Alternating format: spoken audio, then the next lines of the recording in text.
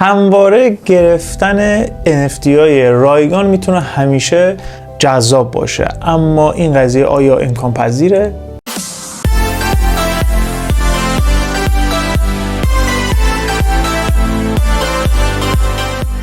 درود دوستان نازنینم، یاشار هستم و شما چنل آرتم یاش تریدر رو دارید میبینید. به دانشگاه ارز دیجیتال و فارکس خوش آمدید. امیدوارم از هر جای این کره خاکی آبی رنگ تصویر منو میبینید حال دلتون عالی باشه و از نعمت سلامتی برخوردار باشید. و اگر احیانا دل مشغولی، نگرانی تو دلتون هست، از خدای مهربون میخوام در کوتاه‌ترین زمان ممکن این نگرانی رو از دلتون بیرون بکنه، چرا که شما شایسته آرامش تو دل و قلب مهربونتون هستین که دل و جانتون بهش نیاز داره. شما دوست عزیز که به واسطه ایردراپ های تستنتی مثل سونیوم و سونیک با کیف پول متاماسک آشنا شدید، متاماسک قسمت NFTش یک سری NFT های رایگانی رو در اختیار دوستان قرار دادن که شما میتونید به صورت کاملا رایگان اونها رو مینت کنید و وارد داخل کیف پولتون داشته باشید. در واقع هدف این کار چیه؟ یه سری از شبکه‌ها که میخوان در واقع تراکنش‌های خودشون رو ببرن بالا، این NFT ها رو به صورت رایگان قرار دادن که در واقع شما با مینت کردن این NFT ها تراکنش اون شبکه رو در واقع زیاد دارید میکنید که نهایتاً اون شبکه مثل بیس مثلا می موقع ایردراپی داشته باشه 100% به شما تعلق خواهد گرفت به خاطر این تراکنشی که شما تو اون شبکه انجام دادید. اما قبل اینکه بریم این NFT ها رو در واقع بیایم ببینیم به چه صورت هسته، شاید خیلیاتون ندونید اصلا NFT چیه. یه توضیح خیلی کوچولو در مورد NFT داشته باشیم، بعد بریم روی اسکرین ببینیم که این NFT های رایگان رو به چه صورت میتونیم بگیریم. دوستان NFT مخفف Non-Fungible Token هستش. این به چه معنیه؟ یعنی توکن های غیر مثلثی و غیر قابل تعویض. غیر قابل تعویض یعنی چی؟ یعنی شما NFT ها رو با هم دیگه نمیتونید تعویض بکنید تو بلاک چین. NFT ها در واقع مالکیت یک چیزی روی بلاک چین هستش که منحصر به فرده. در واقع وقتی شما NFT یه چیزی رو داری یعنی مالکیت اون اثر هنری مثلا تعلق داره به شما. معمولا NFT ها تو اثرهای هنری خیلی کاربرد دارن. معمولا هنرمندان میتونن اثرات هنری خودشون رو به صورت NFT در بیارند. ارزش NFT ها به اصالتشون و کمیاب بودنشون هست و منحصر به فرد بودنشون میتونه ارزش این NFT ها رو ببره بالا. اما چند تا آیتم که اصلا NFT ها چه تفاوتی با توکن داره.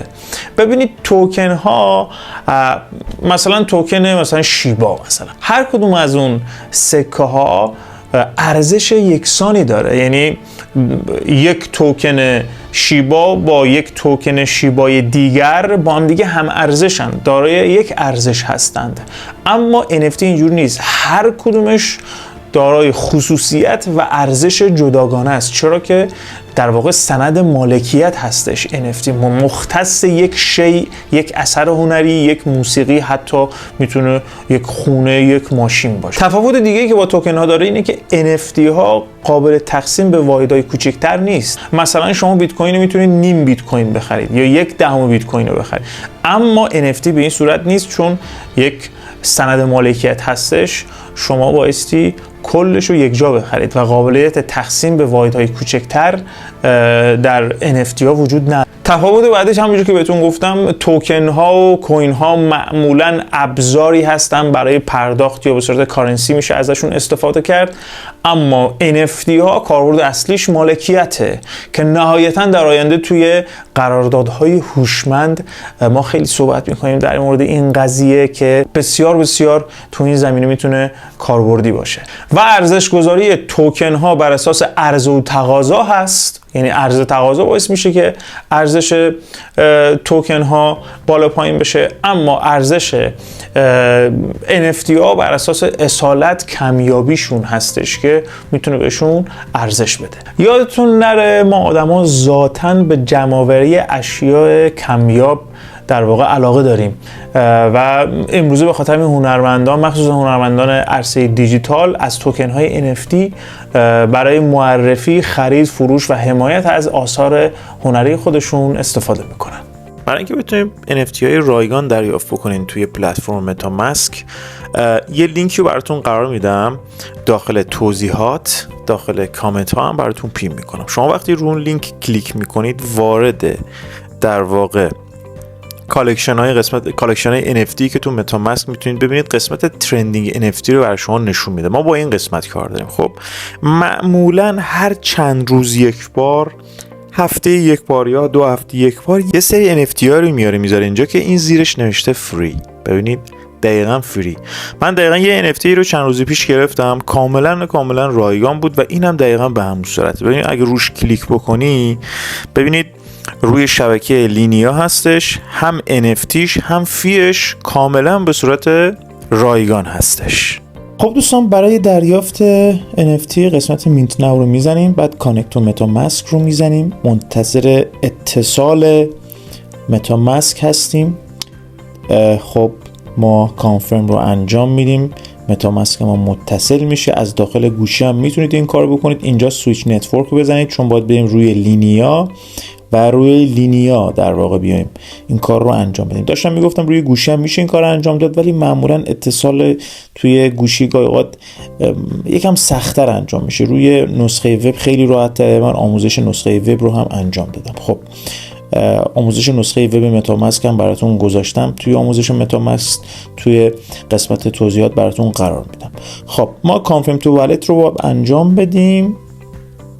خب ظاهرا انگار اینجا فی داره اما خیلی کمه فیه. $600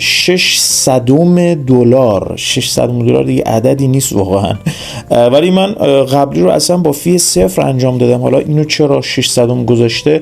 حالا میخواد یه مقدار اون مقدار تراکنش هم اتفاق بیفته دیگه. خب جالب اتریوم لینیا میخواد، من داخل کیف پولم اتریوم لینیا ندارم.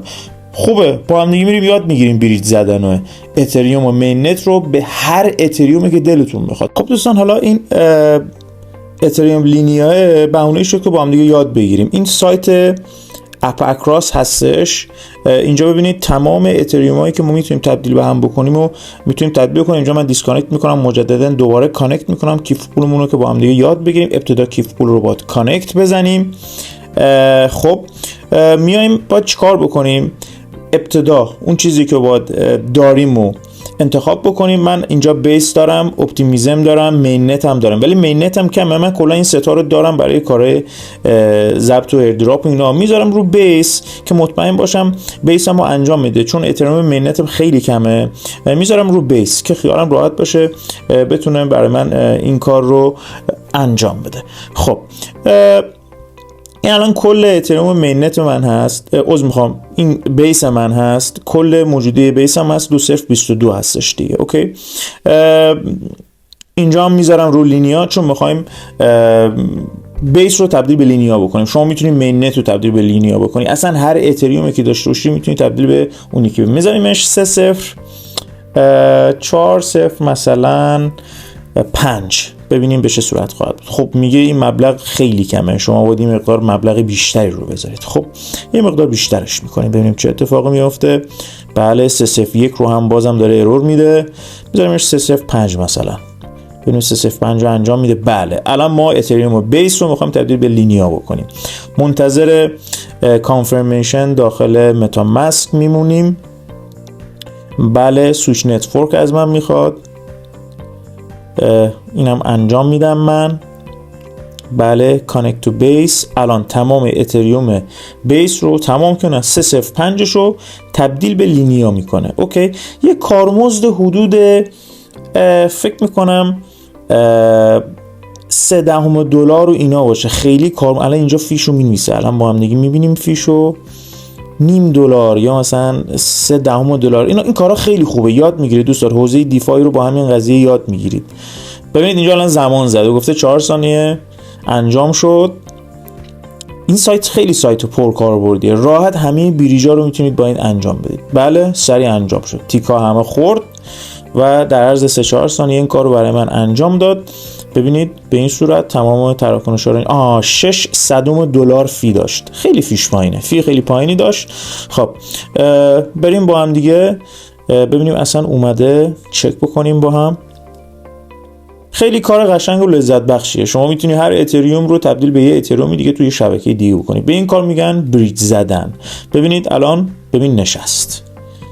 به راحتی لینیای من نشست. خب الان من به راحتی میتونم اون دوتا NFT ها رو بگیریم. برمیگردیم اینجا مینت ناو رو میزنیم، میایم پایین سویچ نتورک رو میخواد، چون میخوایم رو لینیا کار بکنیم. این دوتا NFT ها رو لینیا هستن، دوباره اتصال در واقع متاماسک، کانفرمیشن، چنج نتورک، سویچ نتورک میزنیم، مینت ناو رو دوباره میزنیم. الان دیگه باید الان انجام بشه، چون که دیگه ما لینیا گرفتیم. 305 لینیا من در واقع بریچ کردم، از بیس هم بریچ کردم. اتفاقا خواستم دقیقا بین این نتورک ها رو ببینید. خیلی هزینه کم شد، دیگه شد 200، دیگه خیلی کم شد. خب کانفرمیشن رو من انجام میدم، باید الان دیگه انجام بشه. بله انجام شد، بله ترانسفر کامپلیت شد. ویو پورتفولیو رو میزنیم، میریم داخل پورتفولیو، میبینیم NFT مونو، ببینیم NFT مون نشست یا نه. بله NFT مون اومد اینجا، به همین راحتی نشست. خب بریم اون یکی هم ببینیم میتونیم بگیریم. یه دونه رد بالون هم هست. خب دوباره برمیگردیم تو این صفحه، اون یکی هم با هم دیگه بریم ببینیم میتونیم بگیریم یا نه. اولی 6 روز وقت داره، دومی تقریبا 1 ماه وقت داره برای دریافت. حواستون باشه.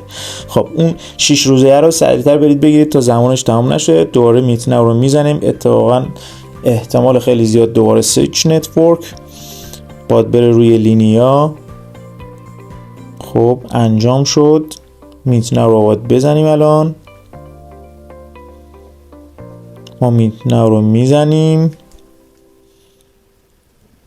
confirm invalid. بله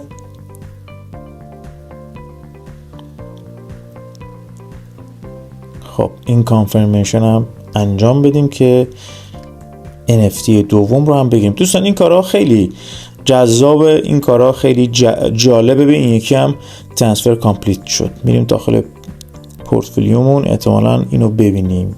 هنوز نیومده بشینه ولی میاد میشینه. خب دوستان به همین راحتی ما این کار رو انجام دادیم. دیدید که خیلی راحت بود. من NFT قبلیش رو اصلا بدون لینیا انجام داده بودم، البته داخل یک کیف پول دیگه هم بود، الان اینجا نیست. یه NFT خیلی جالبی بود. متاسفانه اینجا یه مقدار لینیا نیاز داشت، ولی بهونه شد که با هم دیگه بریچ کردن رو هم یاد بگیرید. خب دوستان واقعا $200 دیگه عددی نیست، یعنی 2 سنت دیگه واقعا در حد رایگان حساب میشه. یعنی به عنوان فیه که یه مقدار شما پرداختی بزنید، ولی واقعا خب من قبلی رو که اصلا همین 200 هم نداده بودم. شما واسه هی چک بکنید دیگه، اگر واقعا بریج زدن براتون سخته چک بکنید، هفته یه بار، هر 2 هفته یک بار این سایت رو چک بکنید ببینید که آیا فی کاملا رایگان هم براتون میذاره یا نه، که من قبلی رو کاملا رایگان گرفتم. امیدوارم که این ویدیو براتون مفید واقع شده باشه. اگر نقطه نظری هست دوستان، اگه نتونستم بگیرم، مشکلی تو بریج زدن داشتن، حتما داخل کامنت ها برام بنویسن. نهایتا اگر کاربر جدید دنیای ارز دیجیتال هستی و دوست داری این سری از آموزش‌ها رو یاد بگیری، پلیلیست دانشگاه ارز دیجیتال هر آنچه که شما توی فضای ارز دیجیتال باید یاد بگیرید که توی این فضا بتونید فعالیت بکنید، از ساده ترین مطالب دنیای ارز دیجیتال تا ابزارهایی که لازمه توش استفاده بکنید، مثل کیف پول صرافی و NFT یا هر آنچه که شما مد نظرتون هست، من داخل این پلیلیست قرار دادم. شما میتونید توی این پلیلیست از این مطالب استفاده بکنید. نهایتا اگر ترید رو هم دوست دارید یاد بگیرید، پلیلیست پرایس اکشن پیشرفته RTM اون هم در داخل توضیحات براتون قرار میدم. کامل ترین پکیج آموزشی پرایس اکشن RTM به روش تدریس FSCM که روش تدریس دانشگاه کانادا هستش. بسیار فیدبک های خیلی خوبی گرفتیم. اونجا شما میتونید این پکیج رو ببینید به صورت کاملا رایگان، تحلیل و چارت خوانی رو هم یاد بگیرید. روز خوش، روزگارتون طلایی.